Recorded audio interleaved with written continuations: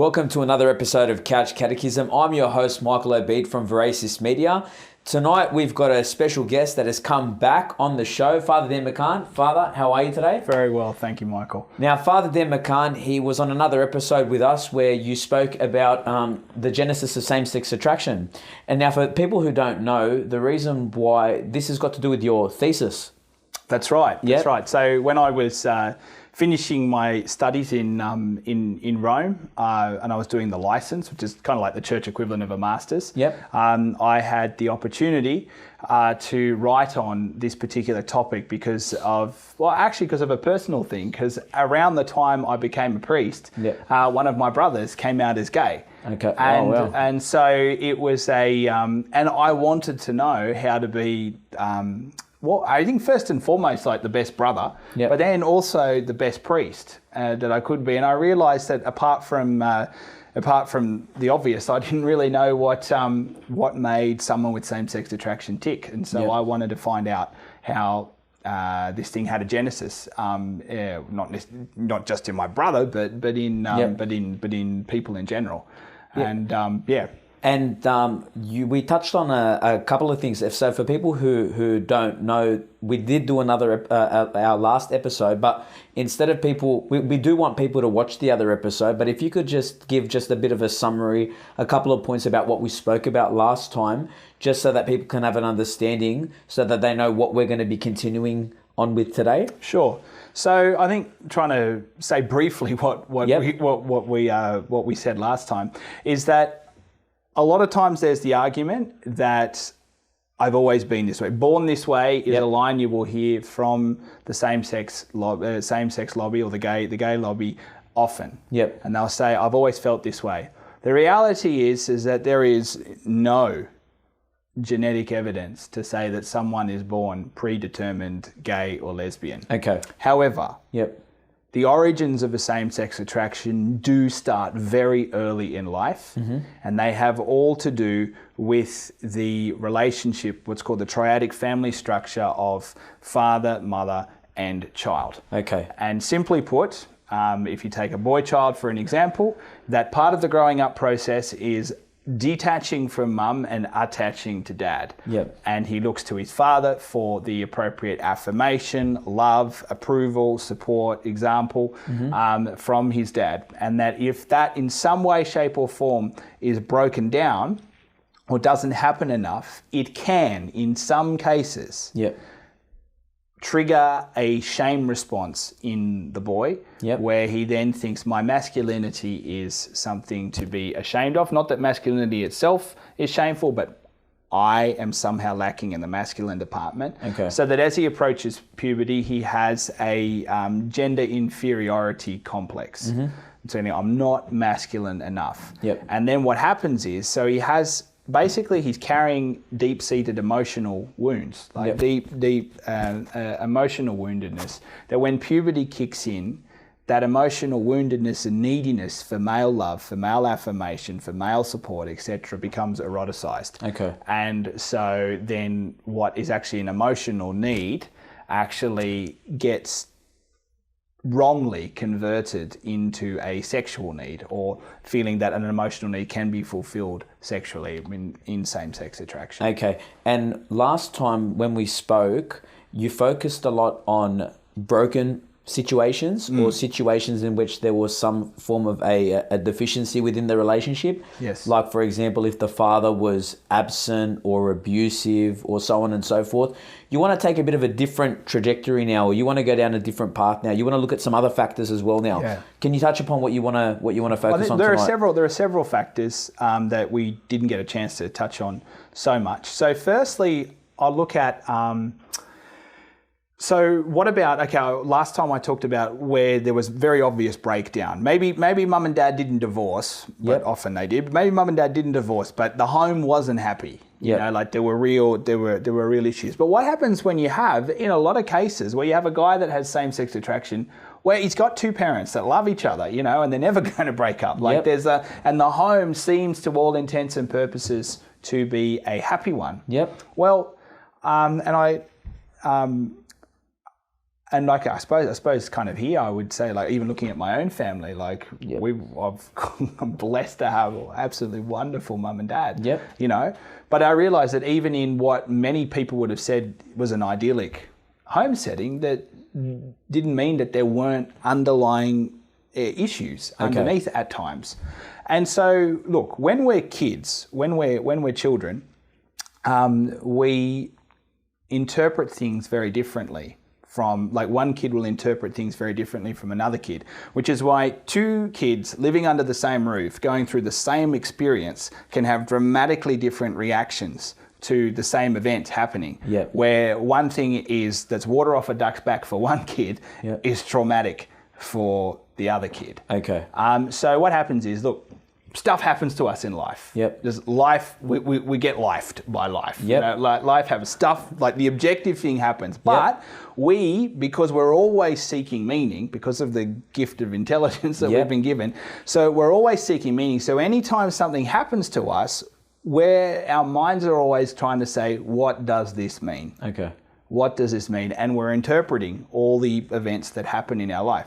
Now, what can happen is that some events can happen in a child's life that they then say, this must mean I am such and such. Okay.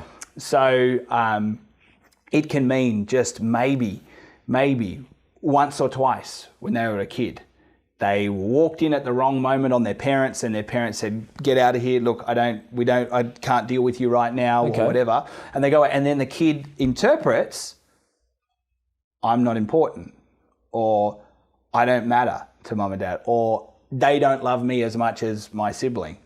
Or so an insignificant, sorry, I should say it another way. What could be seen as an insignificant event for maybe one sibling, for another sibling, for that same event to happen, that could traumatize them for life. It could be traumatic. Okay. You know, they depending on our different temperaments. So one kid might be more sensitive. Or, you know, other stuff that's happened to them may make them react in a bad way. And then what happens is as what we talked about sort of last time with the shame response, is that it feeds into a story. And every single one of us, to a degree, has a story that we have about ourselves, in the sense that if I was to ask you, who's Michael?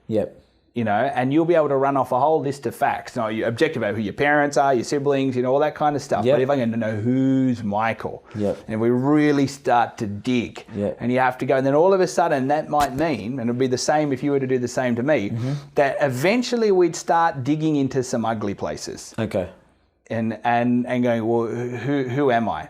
And you'll find that a lot of people will have a story about themselves which in some way will often say, I'm either not lovable, or I am at least not as lovable as other people. There's a woundedness there that lies in our very self-identity.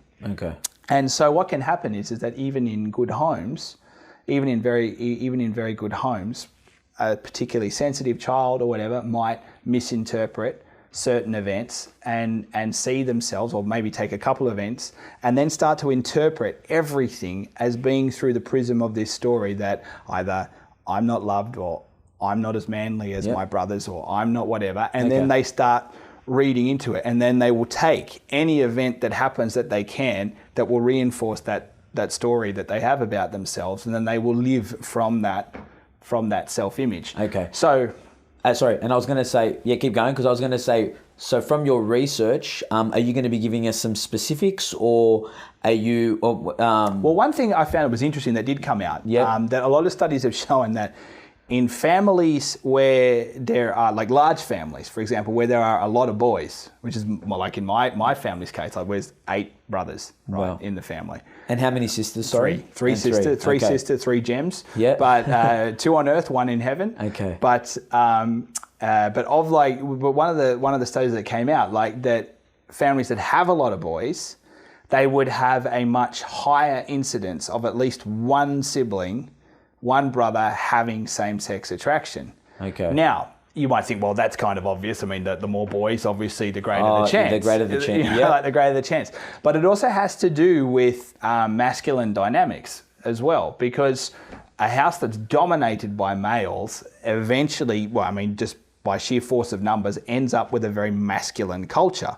And there'll be a certain dominant trait, like any group of males ends up having a particular culture.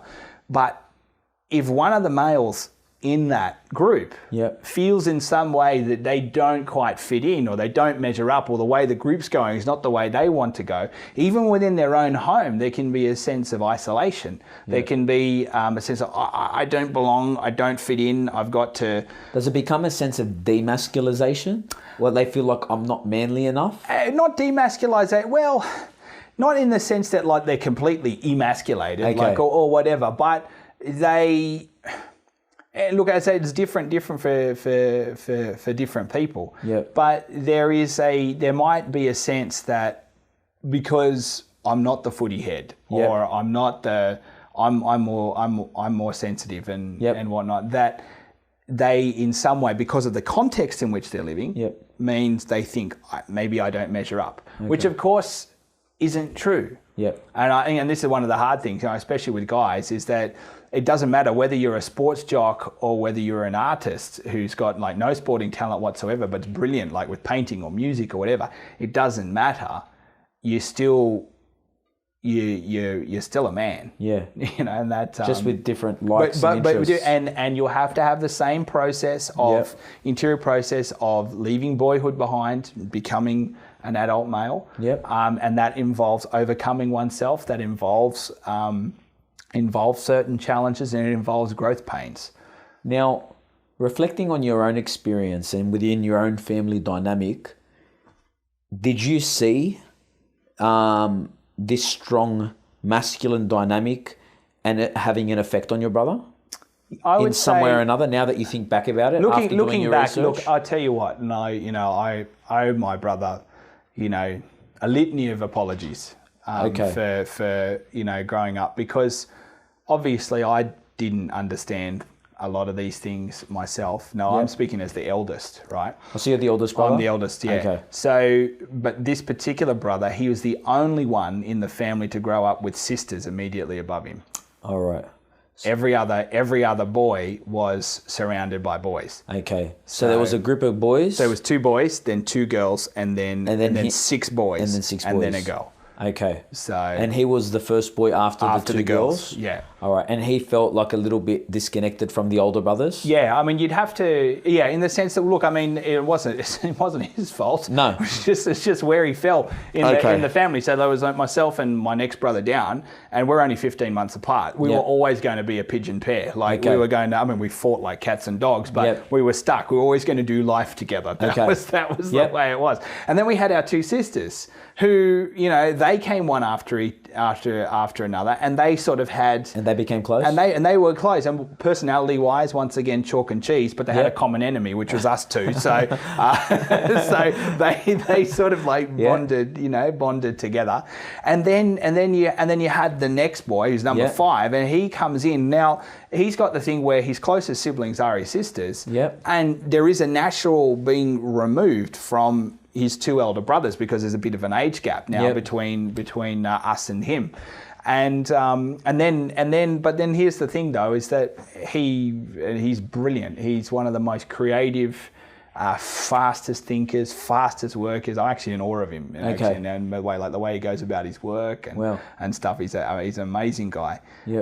But he's I think his natural interest. He was quite athletic. He's the best tennis player in our family. He's the fastest swimmer. Had those things, but he was always more like, when it came to sport, like he was gifted sporting wise, but his gifts were always in the individual sports. Whereas the rest of the family, all the rest of the brothers, all played team sports. So, and that was one point of difference. And then he also lived had his own imaginative world and everything, where which he would enter, which was a good thing. But it usually meant that he would rather be by himself playing with his than with being with all his brothers. So there was a bit of a. And did he? Because I don't want it just to be all about your family and that, but I'm just very interested. Did he develop a bond with his younger brothers, or did he develop a connection? Did he have a stronger relationship with his sisters than he did with his older brothers? I'd say that, yeah, he was probably, I mean, not that he didn't get on with the others, but I would say that even though he fought with the sister immediately above him a lot, they're tight. Okay. And they've been, and they're, you know, they're still close. Yeah. You know, today, like they get on well. But I think he probably had more of that friendship that was there because they're quite close to each other. Okay. In age. And so then, drawing back to your research, what could you say is the connection, or drawing out from your family dynamic? What was it about that structure, or what is it about this type of typical structure in which everything is going normal that can cause somebody to develop same-sex attraction? So I think, look, there's several things. Like if I'm looking back now, and in hindsight, I'd say that I was not, you know, most of us probably weren't attuned to my brother's particular like sensitivities and sensibilities. Like we could have been more embracing of just him doing his, you know, him playing the games that he wanted to play and sort of like trying to get more involved with that so that he felt more included. But there was a kind of thing, because he wasn't often interested in doing what we were doing, then we kind of just sort of like let him go. Okay. And that would have been, you know, we could have done more to, I think we could have done far more to like sort of include him and do you reckon he felt excluded? I think he definitely felt that there was that he was a bit different. Okay.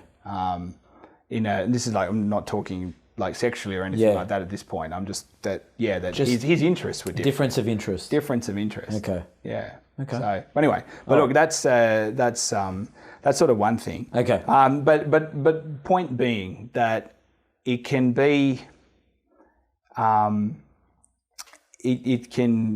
the stories that we have about ourselves, I mean, in the sense that the self-image that we create based on the way we live certain experience that happened particularly early on can have very long-lasting effects. Yep. Now, we will have some things about ourselves that are very true and are very right, and then we'll have some other things that are very sort of skewed. Mm-hmm. And as a priest, you'll see this all the time, like you're trying to help people to see that, you know, for instance, if you've got someone coming to confession, for example, and dealing maybe with a lifetime of stuff, you know, trying to convince them that, you know, no, God does love them, you know, that they are lovable, and they, you know, like, and he does want to forgive them, and that they, or other, maybe showing people, look, you know, you're not, yes, some things have happened, but maybe in your scenario, perhaps you're not as much of a victim as you might have thought you were. Okay. Or maybe in this other case, like you really were a victim and you're kind of like pretending that you're not, you know, like, so there's... And that can have an effect as well. That can have an effect as well. Look, I mean, there's all these sorts of different things. Okay. And the reason why I just wanted to put that in was because I drew a fairly black and white picture last time just to show the importance of the relationship between the son and the father. Yep. That is very important, or at least a father figure, and then also the importance of male peers. Okay. That were that help boys to turn into you know, sort of good, strong, well-adjusted men. Okay. But then there's one or two other, shall we say, not some causes of same-sex, but causes of same-sex attraction, which we would say would be non-deep-seated same-sex attraction. What do you mean by non-deep-seated? Okay, so a deep-seated same-sex attraction is something that comes out of, you know, so the emotional wounds of early childhood. Yep. And that spans through, and that could ends be up trauma. That could be trauma. It's a development of a masculine inferiority complex. Yep. It's a range, those range of things. Yep. It can be your trauma and sort of like being on the receiving end of abuse, those kinds of things, or a divorce. Well, I mean, that can be a trigger moment for something that then winds up developing into same-sex attraction. The divorce itself wouldn't, in and of itself, but it could trigger a traumatic experience. It could trigger a traumatic experience for sure. Yeah. So, there's a whole range of things, and these and I suppose when someone has when the same-sex attraction comes out of these early experiences, it by deep-seated we mean like it's something now that's lasting, and it's a constant, and it's enduring, and it's an enduring attraction. Yeah. All right. Now there are two other incidences of same-sex attraction that we would call non-deep-seated. Okay. So in one sense, if you like, these are types of same-sex attraction that are the most easy to get out of or remove. If you know what I mean. That's the sort of and what I mean. So, funnily enough, one of them is a very simple thing: stress-related same-sex attraction. Now, it might. Okay, so if I was to take a guess or a stab at this, Yeah. work-related or familial-related or family-related stress all kinds of, can lead to same-sex attraction. In some guys, it can. Oh, wow. Yeah. Okay, We're talking about like serious stress. Okay. Can you elaborate? Yeah, get into Yeah, this. it can talk about like where there are. It's a common enough, well, not common enough, in it's like it happened all the like everywhere, but that where some guys, when they're really put under the pump, is this at any age? This could be. We're always talking what's about the data? Mostly talking about adolescents, like adult. Slightly older. I mean, like guys in their 20s, 30s, and beyond. Okay. Right. So where they're otherwise have had fairly normal heterosexual development. They could be married with kids. They could be married with kids. Okay. But whatever, we all know, especially in today's environment, where when you're working in a high pressure, intense professional job, that you really are so pent up that very often you're looking for any kind of stress or tension release.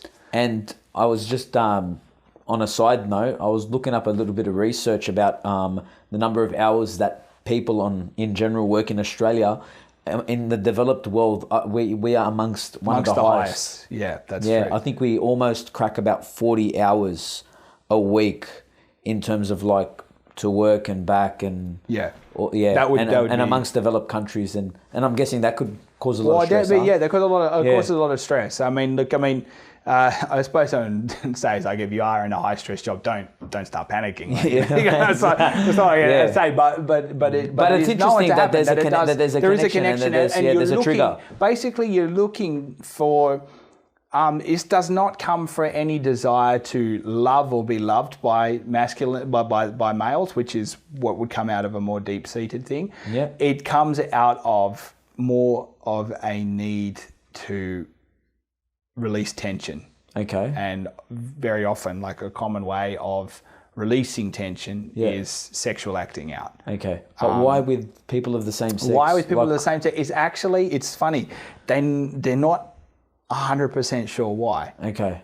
It happens. Now, I don't know. Here's me just positive. Here's the amateur, just sort of positing. Yeah, I mean, there could be, perhaps in some of these cases, a bit of latent underlying, like longer term same-sex attraction there.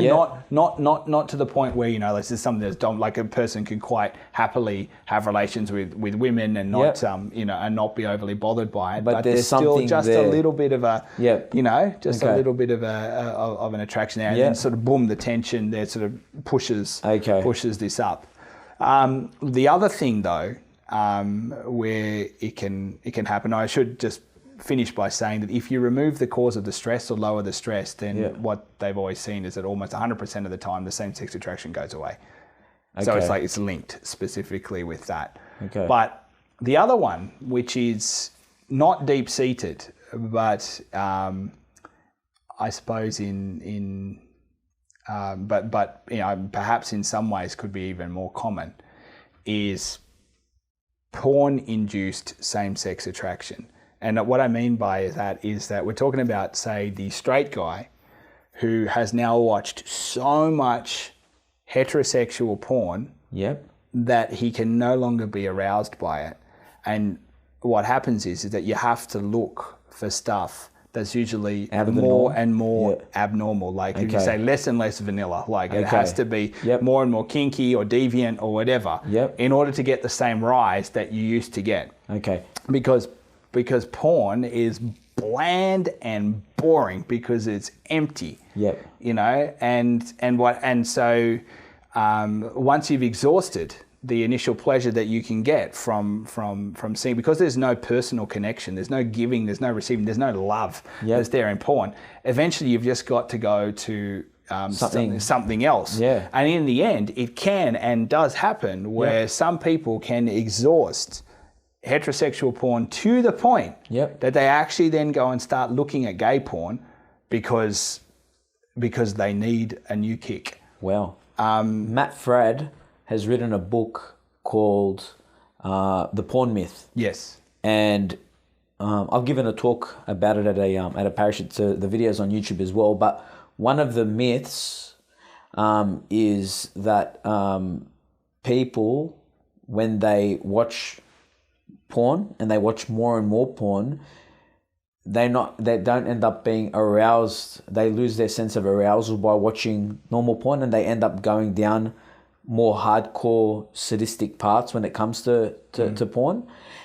But it's good because the information that he puts out in this book marries up perfectly with this, because if a person is going to start getting bored of just watching normal porn, then maybe they'll end up becoming drawn to other forms of porn, and it can deviate their sexuality in a way. Yeah. So they can start maybe... So does the data say that they start watching gay porn and then they start thinking they're gay?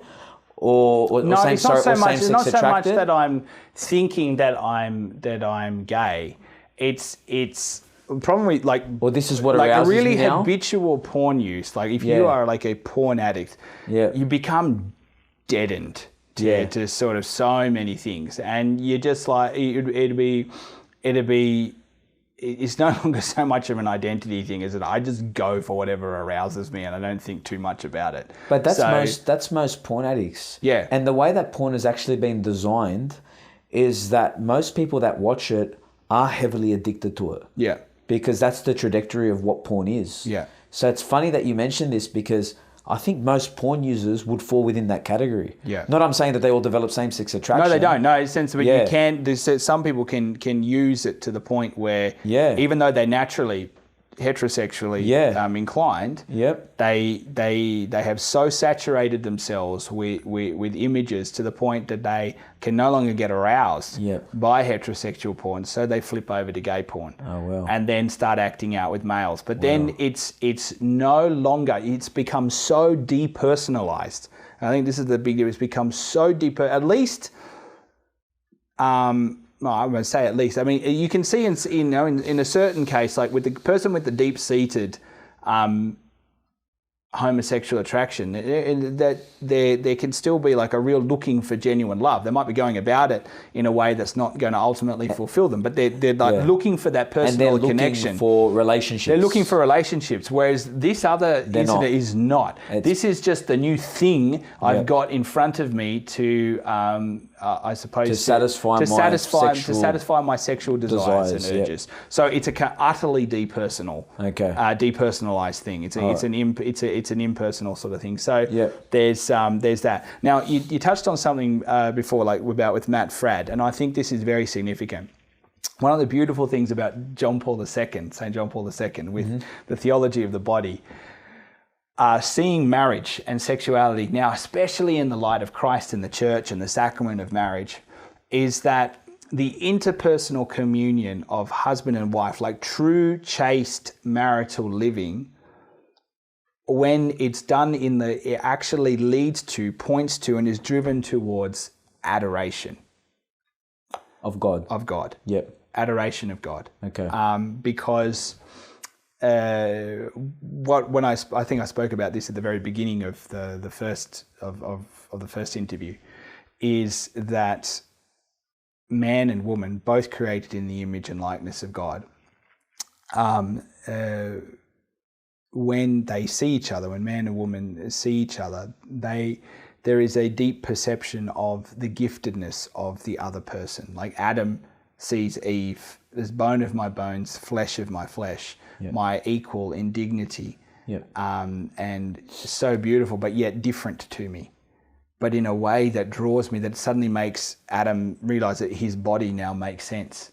Wow. Indeed, not just his body, but his whole person makes sense in the light of Eve. Okay. You know, that's it. That's in front of him, and he realizes that he's able to perceive not just Eve as a gift, but now he sees the whole of creation as this tremendous gift for him.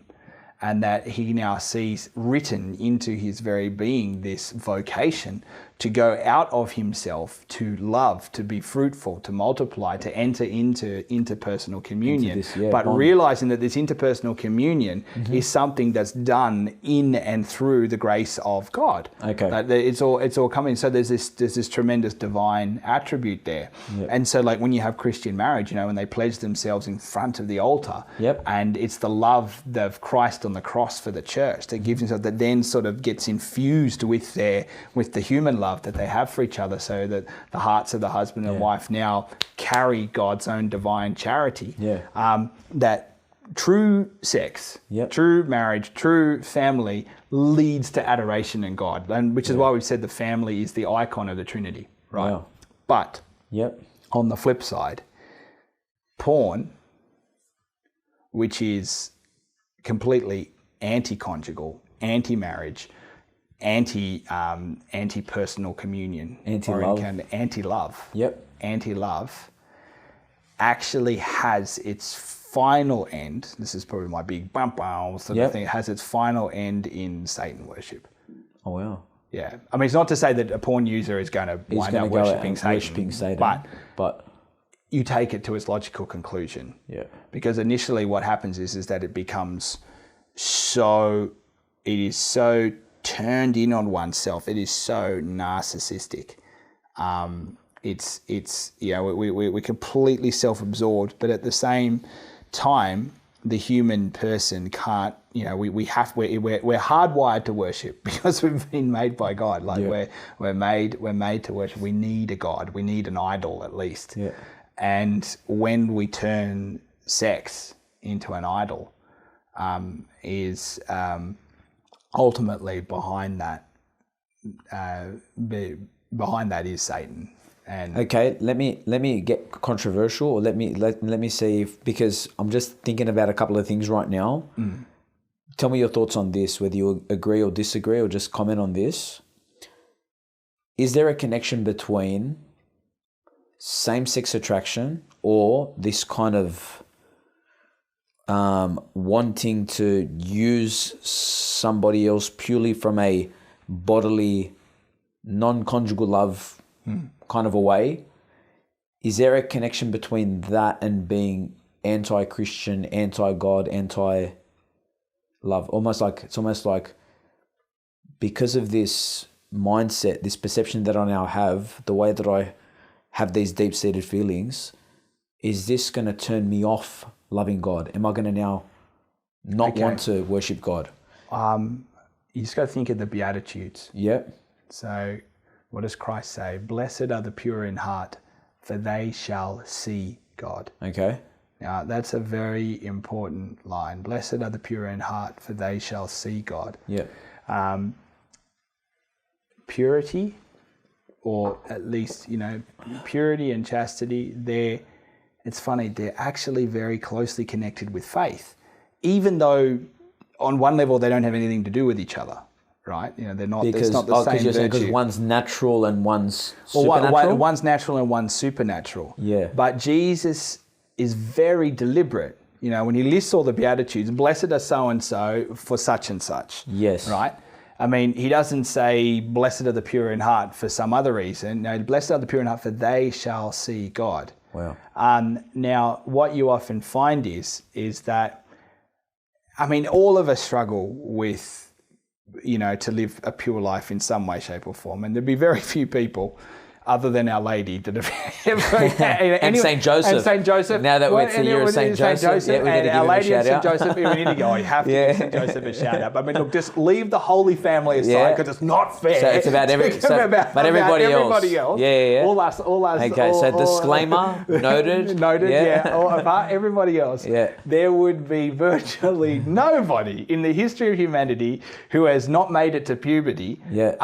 That hasn't really struggled in some way with with this. Okay. And so to live few. So but what you find is that if someone and I see this is one of the things that's like heartbreaking at times as a priest, is that a priest can be hearing confessions, and they'll have people that are coming in and over again, maybe week after week, and they've got the same sins. Like they might have used porn again, or they might have slept with someone again, or they might have whatever. But they come back. But the thing is, all right, they might be really struggling, but they keep getting back up. They know what's right, they know what's wrong, and they keep coming back to our Lord and saying, okay, look, I stuffed up, I'm sorry, I want to try again.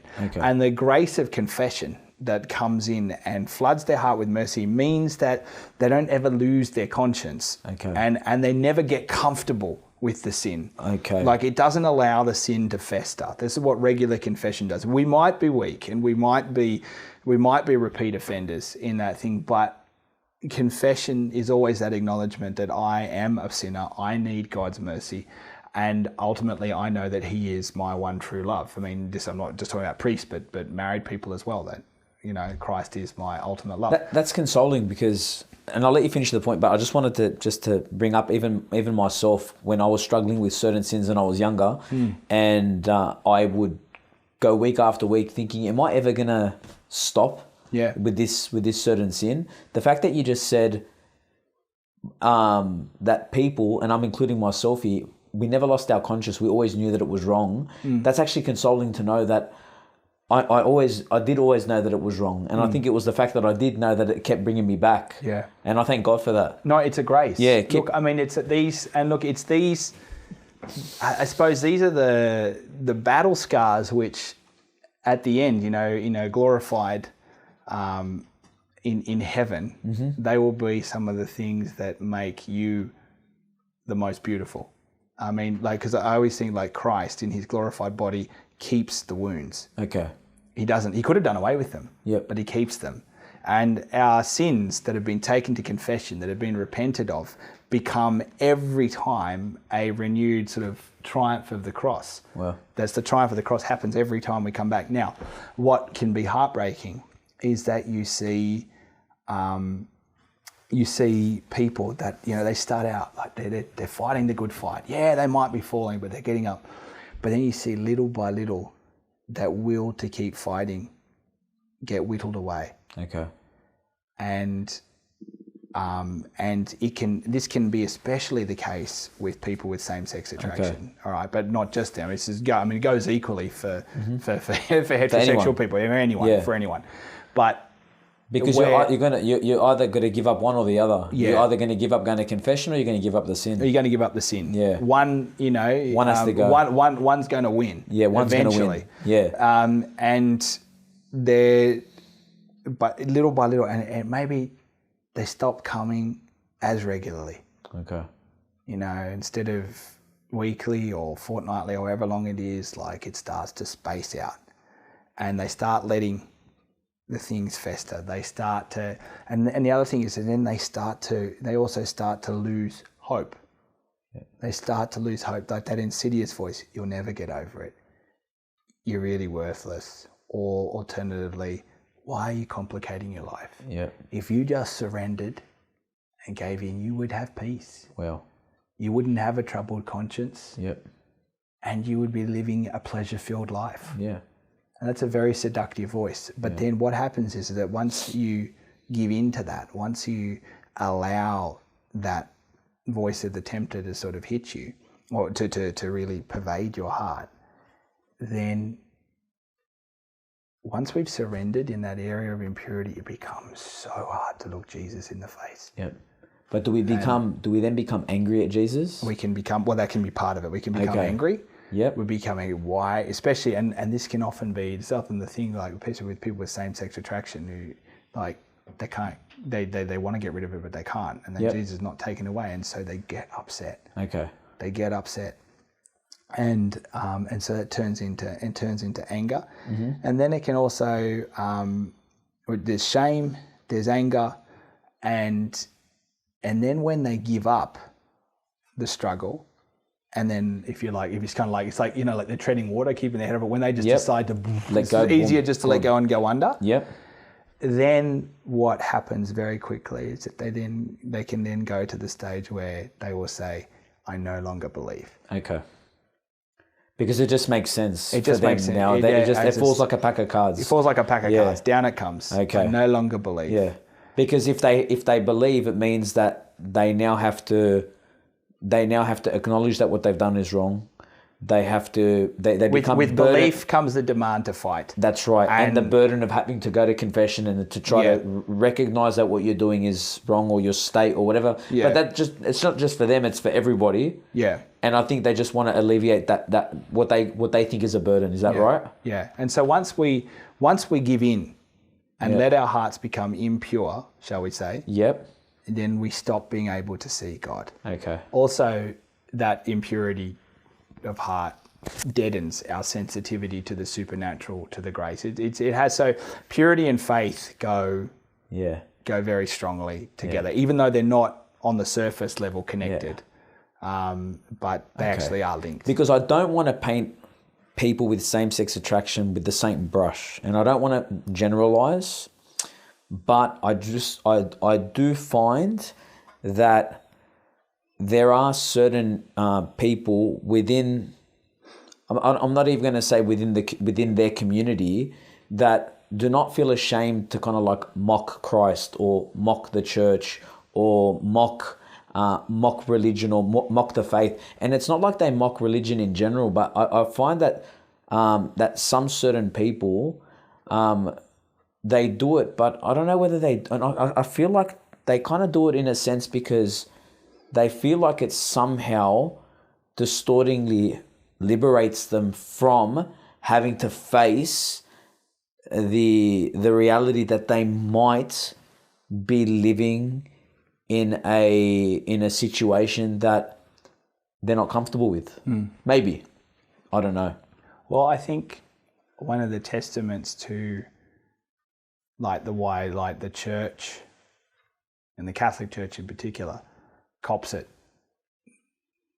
quite badly, especially from more militant elements of like the gay lobby. And that's a good way to say it. Like the more militant. I mean, more militant. Yeah, I'm not talking about them in general. We're not talking about them in general. Yeah, okay. No, just the more militant elements of it is precisely because of when you see the church's teaching on sexuality and stuff in its whole, like it's so consistent and it forms like this perfect whole. Yeah. And like if you really look at it like that, you've either accept it as true or it's going to bug the hell out of you. Absolutely. Because you know, like, and it's going to make you angry. That's Why? right. Because it's like a prick to your conscience every time you look at it. So, okay. That would be. All right. So, this is one non-deep-seated. Are there any other non-deep-seated? They would be like that, mate. Well, look, you have the incidences of a bit like stress-related and even in the porn-related one. Yep. Another type of what you probably call them situational homosexuality rather than. That sounds interesting. Okay, well, I'll give you two examples. Okay. Prison and the military. That makes a lot of sense now. Yeah. So there you go. I always go, enough said. Have you heard of the TV show on Netflix called Orange is the New Black? Yeah. Okay, so for people who don't know, it's just about a prison with women's prison with a lot of lesbian action probably going on. A lot of lesbian action in it. Yeah, and a lot of women that go in. I'm not saying I've seen the show. Yeah, neither have I. But that's probably your typical example. Yeah. And I hear it as well with not so much prison movies, but just that whole culture of, You're in there, you're with people of the same sex for 23 or 24 hours a day. You don't see anyone else And outside for of that. years on end. And for years on end. And then this is a situation in which that might be brought about. Yeah. But in what way? Like, for example, like, do they end up developing feelings? Depends on, look, it depends on how long they're in there for. Yeah. Like, you get some guys that might, maybe they go to jail young. Maybe they do something terrible at 18. Okay. And they're jailed for 25 years. Yep. And maybe as an 18-year-old, maybe they've only had a limited sexual experience before they get thrown into prison. And they get thrown into prison doing hard time with hardcore criminals. They don't get to see, maybe some of the prison guards are female, but they don't get any kind of meaningful interaction with their female peers. Yep. So like it's for all they see is guys, and yet they've still got sexual needs and urges and whatnot. But there's no chance of that ever being met with a woman. Okay. And so they go for a guy. Okay. And same with military? In the military, there can be that thing too. I mean, of course, they always have all the stories about the Royal Navy and things where, you'd be out at sea for months on end. Yep. It's the same thing, and no females on the boat. Yep. It's once again situational. In those kind of things, there would be, you can guarantee, like with a lot of those cases, that like once they got back into normal society, they'd go back and be heterosexual. Okay. But, I'm going to be controversial because I know people from the audience will be thinking this. Could seminary be another one? Could seminary be another one? I'll tell you why I'm saying that. I know because people are thinking it, but also because I was also told a story from an old priest friend of mine.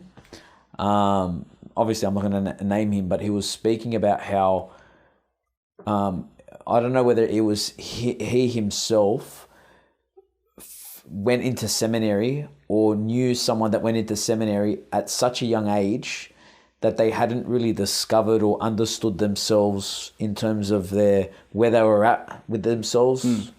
And because they hadn't had time to develop maturely or to develop that kind of maturity before they went in, they kind of went in at this time period within their life in which a lot of their discoveries that they were making happened within the context of being within a male-only environment. And I'm not saying that it was a seminary itself that somehow through its suppression of sexual desires and so on and so forth, that brought it out within him. But I think it was the time that he went into seminary and the fact that there were only guys there that had something to do with him turning out with developing you can probably some sort of see same-sex attraction. You can probably see parallels between that model of seminary and maybe the old school boarding schools. Yep. That's right. With so I'm just going to top you up. Yep. With all male environments, no women or girls about. Yep. And guys now with a burgeoning sexuality and not. And you're saying that these are non-deep-seated. They can, they can often be non-deep-seated. Okay, I'm not saying that a deep-seated attraction could not have emerged in that environment. And that maybe created the perfect storm. Maybe a guy was coming in already with a predisposition to same-sex attraction, and that, boom, became the perfect environment for that to flower. Yeah, that could certainly happen. Okay, cool. For sure. Right. So, but if you are bringing up the example of seminary, like I would say that the model of seminary that we have now, because I heard it has changed. Oh, big time. Yeah. Especially because... For a start, guys come into seminary a lot older now. That's right. Many of the times, look, most of them have completed uni or they've done several years of work. Yep. Many of them have actually already been like quite successful professionally and then have walked away from that to enter the seminary. So they're already much more, they tend to be like much more settled. That's right. And adjusted as men before they ever get anywhere near the place. And just so for our audience who don't know, not everybody who wants to be a priest gets accepted. Yeah, there's a rigorous seminary. acceptance process. Yeah. Firstly, wow. I remember like the psych tests. They had to go the hours and hours and hours of psych testing that had to happen before I went in. Mm-hmm. And like they were so you get so bamboozled and everything. But I remember walking out my first round of psych testing and thinking I must have failed. Okay. I thought, man, they're probably going to like. What do you think these psych tests? I'd like to know what they would ask. Well, we were you, never but- privy to what. Of course, the psychologist will never tell you what they're testing for. Okay. That would ruin the thing. Right. Then you immediately start. Start to get your answers. You'd start to be very guarded about what you said. They wanted natural responses. Yeah. So I mean, I am sure that they were testing for same-sex attraction as part of it, for sure. But that wasn't the only. That wasn't the only thing. No. It wouldn't look. I mean, how you adjusted. Did you have any what your personality traits were? Did you have anything that was particularly odd about you? Yeah. Were there any other psychological conditions that they should be aware of? Yeah, because they want to know whether the reasons why you want to be a priest are actually genuine and they're coming from a good place. And you could be perfectly straight. There's nothing, not a skerrick of same-sex attraction in you, but you'll still get knocked back from the seminary. That's right, yeah. It's not... because there are other factors as well. Oh, many other factors. Okay, cool. Yeah. So with regards to this situational causes, are there any other situational causes? I suppose there could be. I've given you the main ones. Yeah. All right, cool. So these are non-deep-seated. Usually non-deep-seated. Now, what did you want to touch on next? Did you want to mention same-sex attraction in females? Yeah, I might. Well? Mike, obviously, as I said in the first thing, I've personally done less research into it. For one reason, there's less out there. Data. Also, less data out there. Not to say that there isn't a lot of data, but there's less out there. And also because it occurs at half the rate that male homosexuality does. But what is significant is several things. Is that they have one parallel with one common parallel with the male homosexuality, and that often it is something to do with a breakdown with the parent of the same sex, so some kind of failure to attach to their mother. But also you can see that with female homosexuality, the father also plays a big role in it as well. So the issues for female homosexuality are varied. Yep. There is that failure to in some way to bond with a mother through perception. It could be through many kind of reasons, but that she's weak or unloving or things like that can lead a girl to sort of hold back her femininity to sort of toughen up. Sometimes you'll get the case where there is fathers who may not begin. So if we may once getting back to this triadic family structure, just say dad is not getting the emotional support that he should be getting from his wife. There can be a bit like the same way the mum can sort of reach and grab the son, because she's not getting the support from her husband. Well, vice versa, the father can sort of lean on the daughter. And in a sexual way or a non-sexual not way? necessarily. Not to be sexual, but I mean, it's an emotional, more of an emotional way. But what can happen is that sometimes there can be sexual undertones that can creep into that emotional sort of a thing. And can then, it scare the girl? Well, yeah, then what a girl does in order she wants to stay close to her dad, but she doesn't want anything to get weird or creepy. So what she does is that she defeminizes herself and becomes more like a boy. Wow. Yeah, so that she can still relate to her dad, but in a safe way. Okay. And because this is probably just some sort of an automatic response within her. Yeah, it's a defensive. If I start to act like a boy, maybe he won't be as attracted to me, he won't be replacing my mum or seeing my mum in me or replacing my mum for me. Exactly. Yeah. I mean, and they're not, and it can be, and I'd say in a lot of the cases that's an instinctive thing. Okay. It's not like they sit down and plot and they think about I have to do. No, it's just. It sounds like it's reactionary or it's a reactionary. It's a mechanism thing. Naturally, also, obviously, girls that suffer sexual abuse at the hands of men, can be so traumatized that they can. I'm never going near Okay. a guy again. And that would be deep-seated. That can be depending on when. Okay. Depending on when it happened. Like if we're talking as really young. It can happen really young, because it can do another things. Like for instance, girls who maybe were sexually abused when they were younger can also wind up when they're older being very promiscuous with guys. Mm-hmm. There was an interesting stat, very interesting stat. I'm trying to think of what year it was. It was a study done in 2010 or something. Found out, it's quite a staggering fact, that lesbian women were 4.5 times more likely to have had 50 plus male partners than heterosexual women. Okay.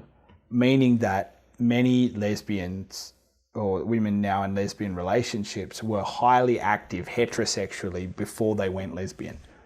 And what's the point of that? Like, what's the connection there? That often that can be, firstly, that the incidence of pure lesbianism is relatively low. Okay. So it's not like a girl grows up with same-sex attraction. Yeah, there are plenty. There would be a higher percentage of guys that have never really been sexually attracted to women in their life. But it's but with girls, it's quite different. Wow. That many women in lesbian relationships actually either have been or could be again in relationships with guys. So in some ways, perhaps the majority of lesbians are really bisexual.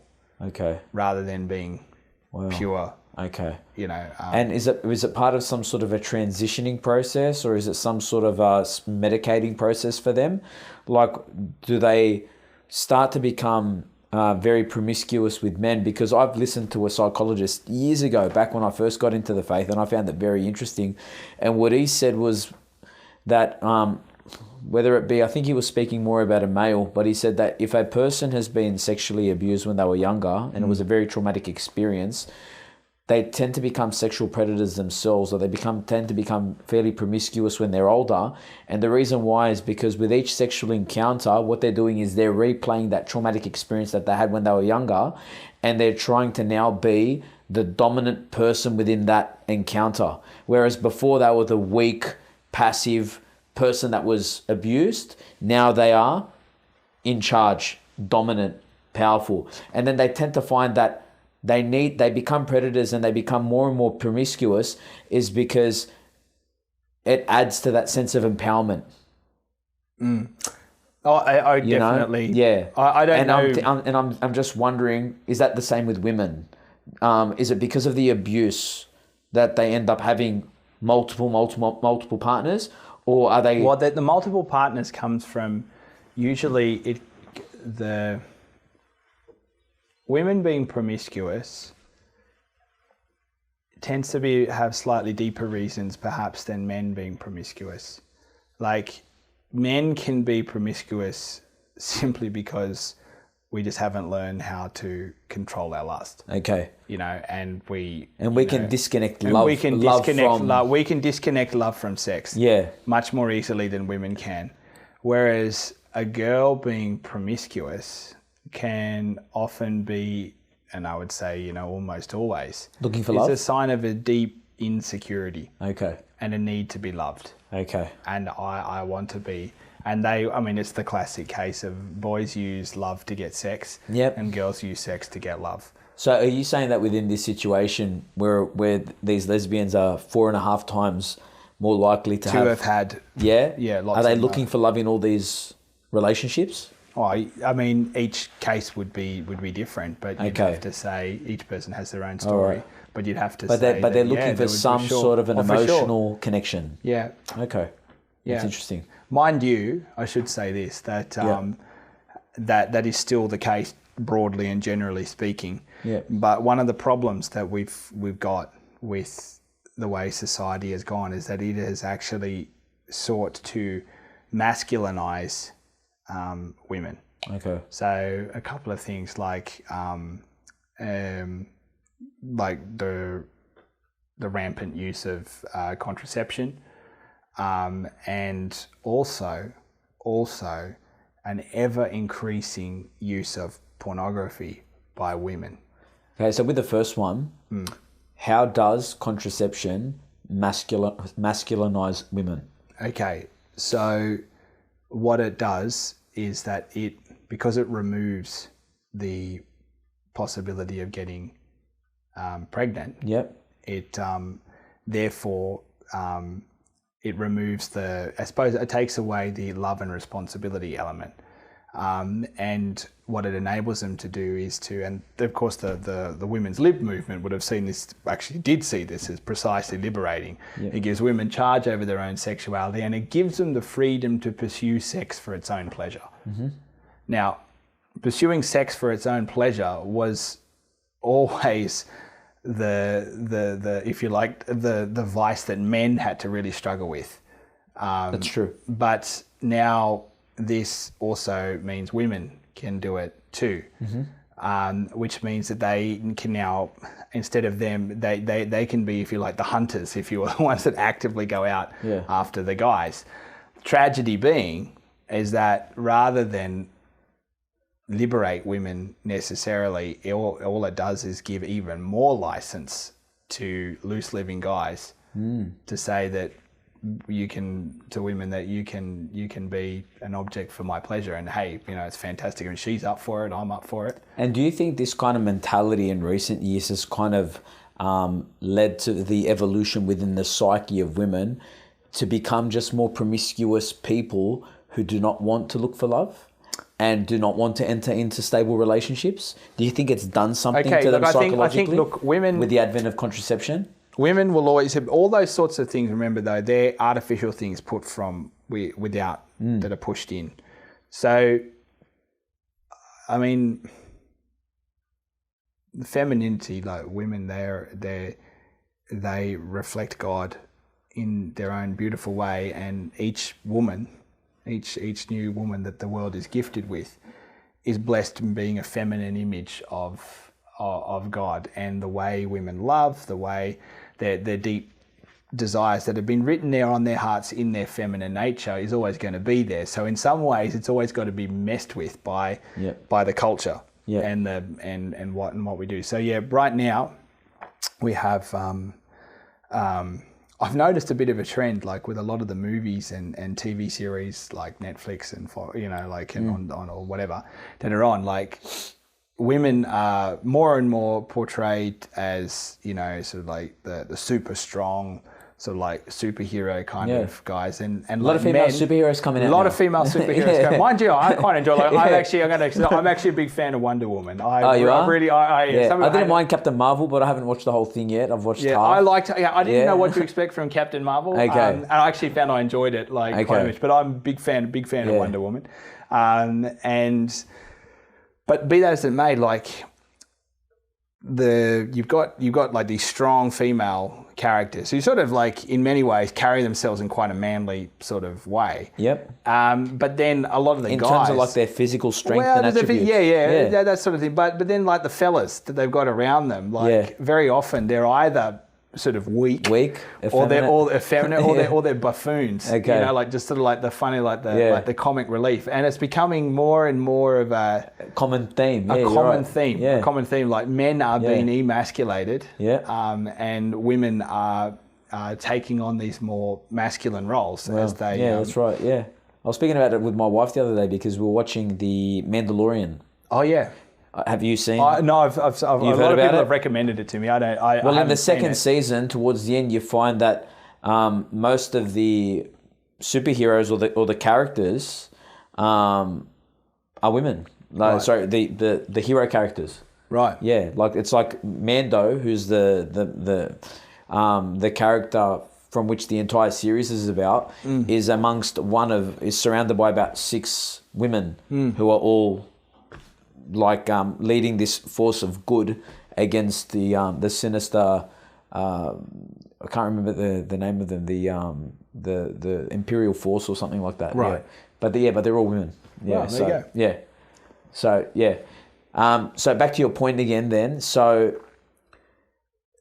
with the contraception, with the mentality of women now, with same-sex attraction, all the tendencies, draw that back all in and just get back to what you were saying about the entire.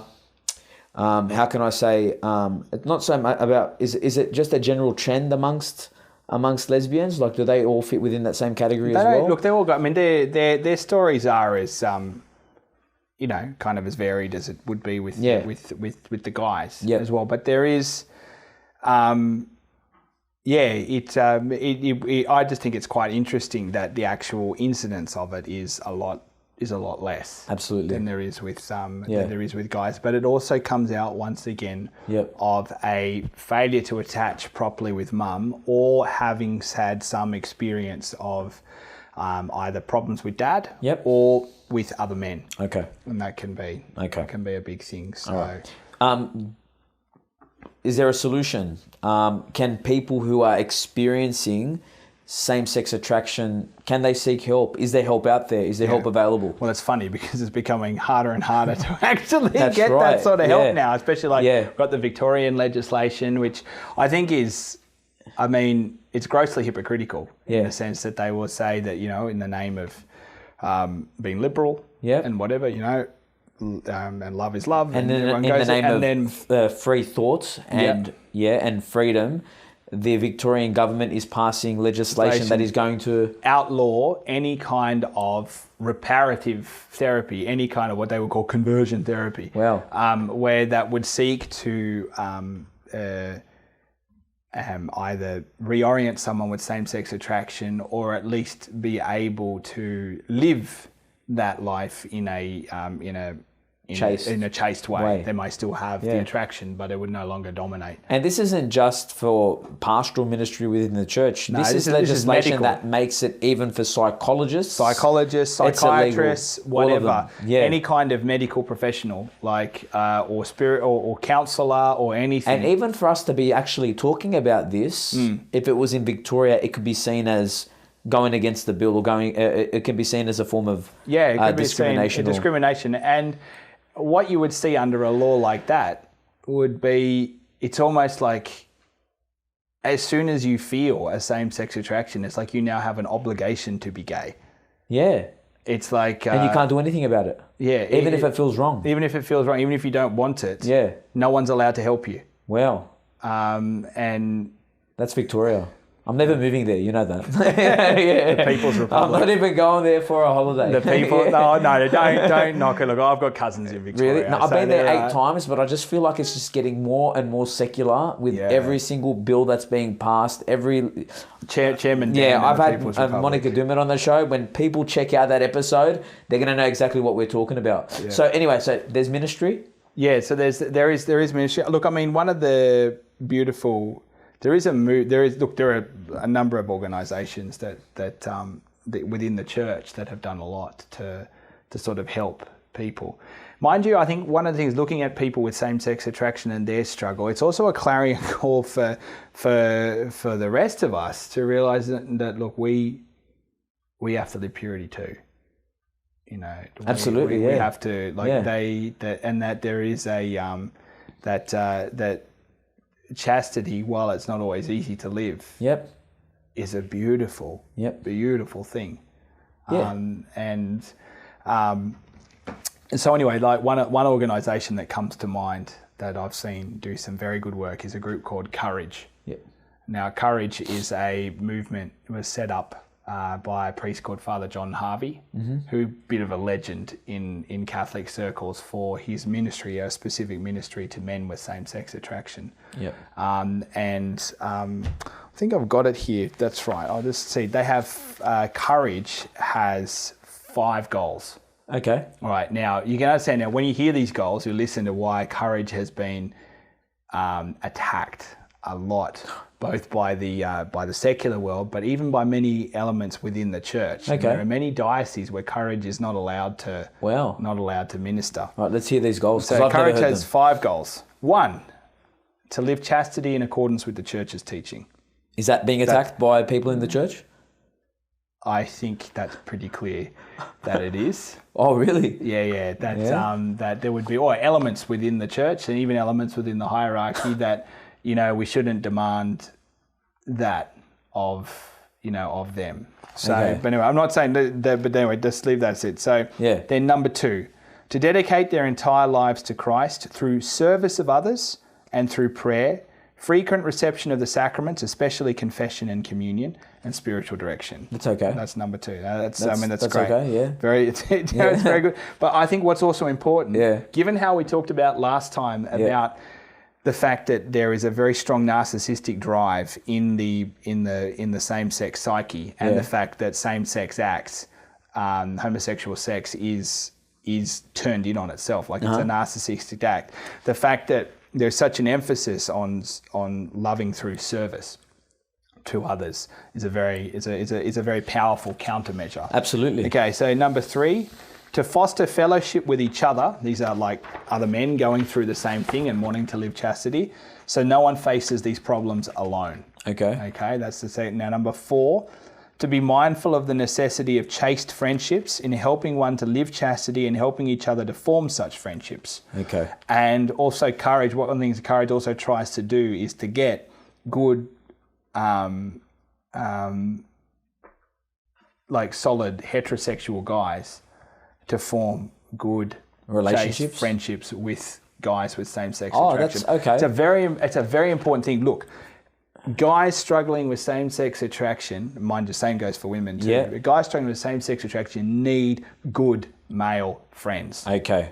who are going to stand for the man that they know is in there, but the guy doesn't believe he can be. That's good, because I was always under the assumption that they would be asked to hang out with other men with same-sex attraction as well. Yes, they will. And I find that can be a bit of a temptation for them. Yeah, you don't. I mean, they need to. Having guys on the same journey is it's important. There is a real fellowship that goes through. Like Alcoholics Anonymous. There's a brotherhood that's created there. You're all fighting to overcome the same thing, and there's a freedom there because I don't have to. You know what I'm struggling with. I know what you're struggling with. Yeah. And there's a fellowship. We're carrying the same cross. So, let's definitely. go do it. So that's important. But at the same time, you also need to try foster good friendships.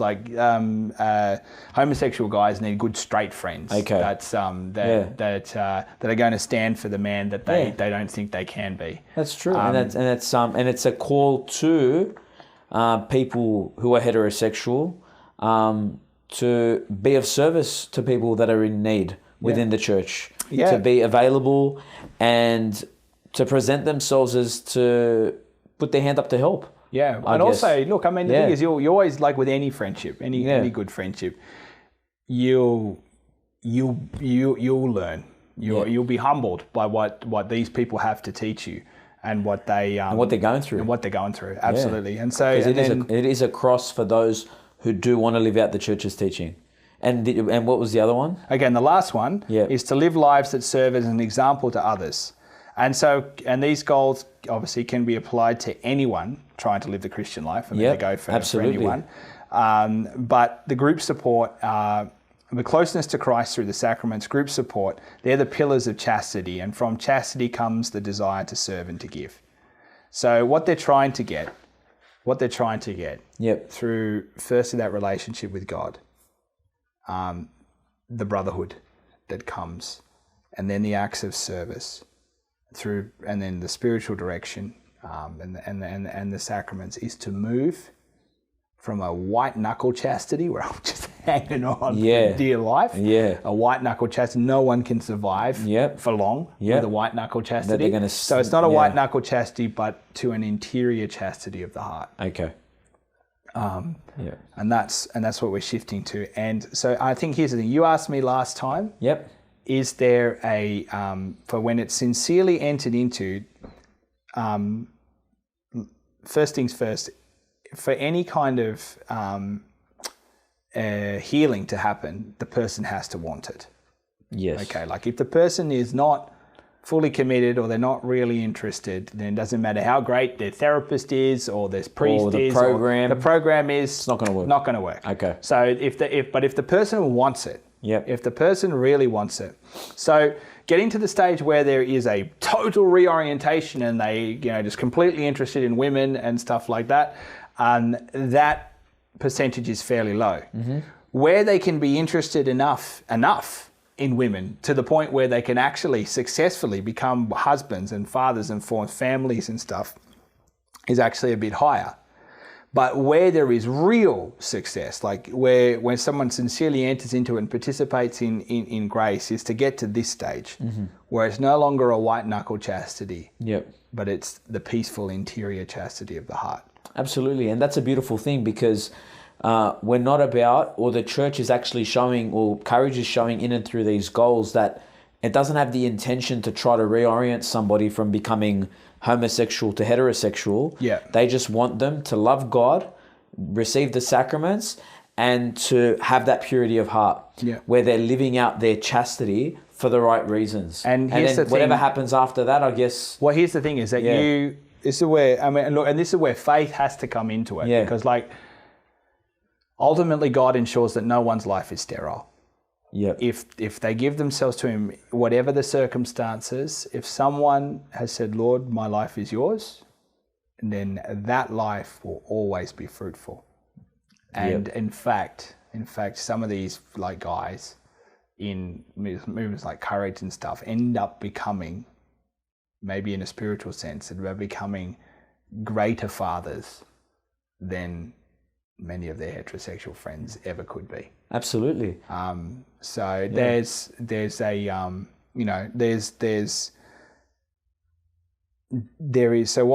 what I suppose the aim, and I think that's how I closed last time, is that ministering or working with people with same-sex attraction takes two things. Well, it takes a lot of patience, takes a lot of love, and it's always about holding out hope from the person that they can, that just because you have this particular cross does not mean that you cannot be a very great saint.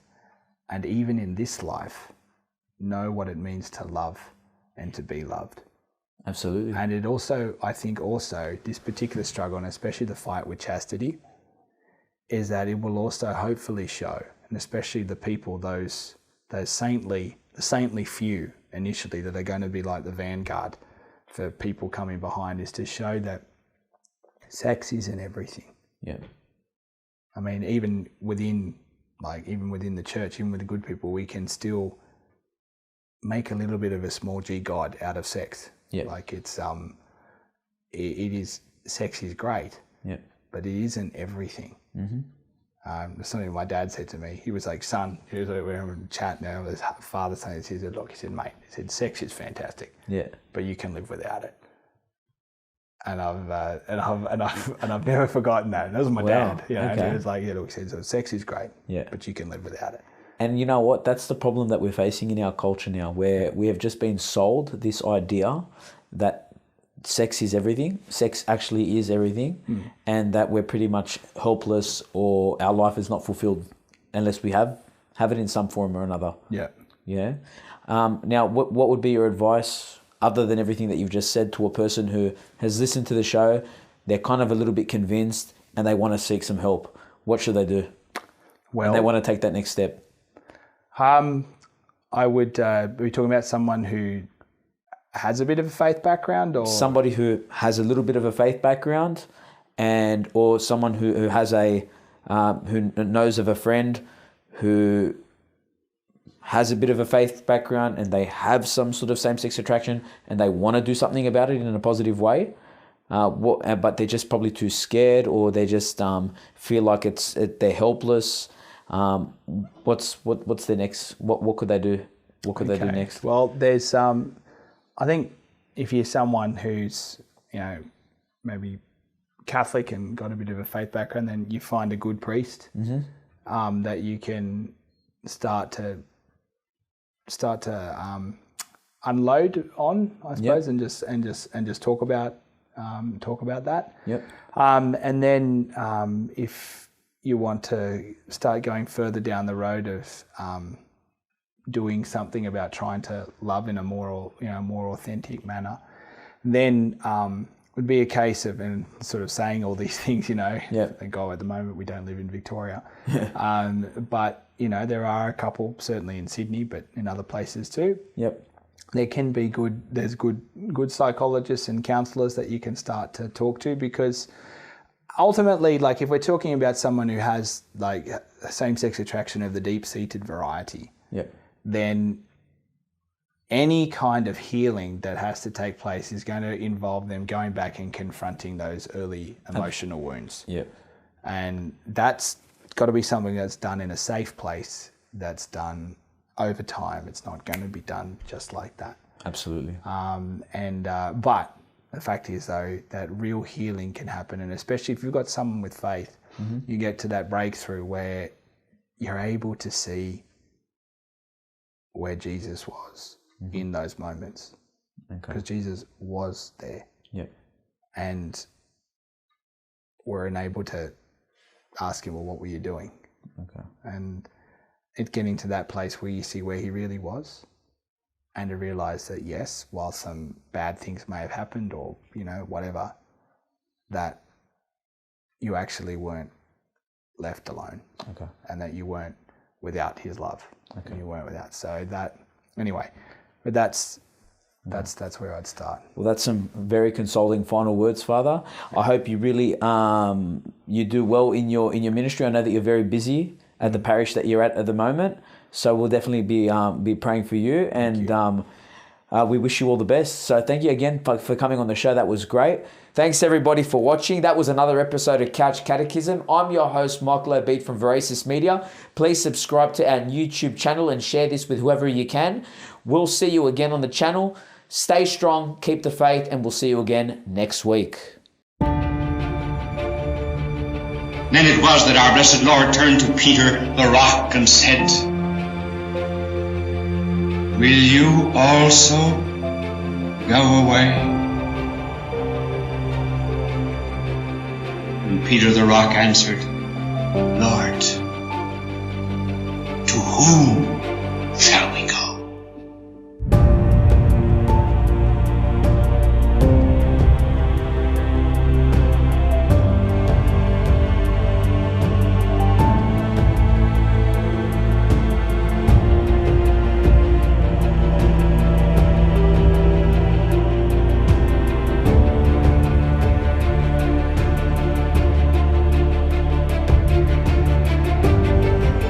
What he said, they knew it. Our Lord would never have permitted his disciples to have left if they had misunderstood. Now what he promised that day, he fulfills the night of the Last Supper.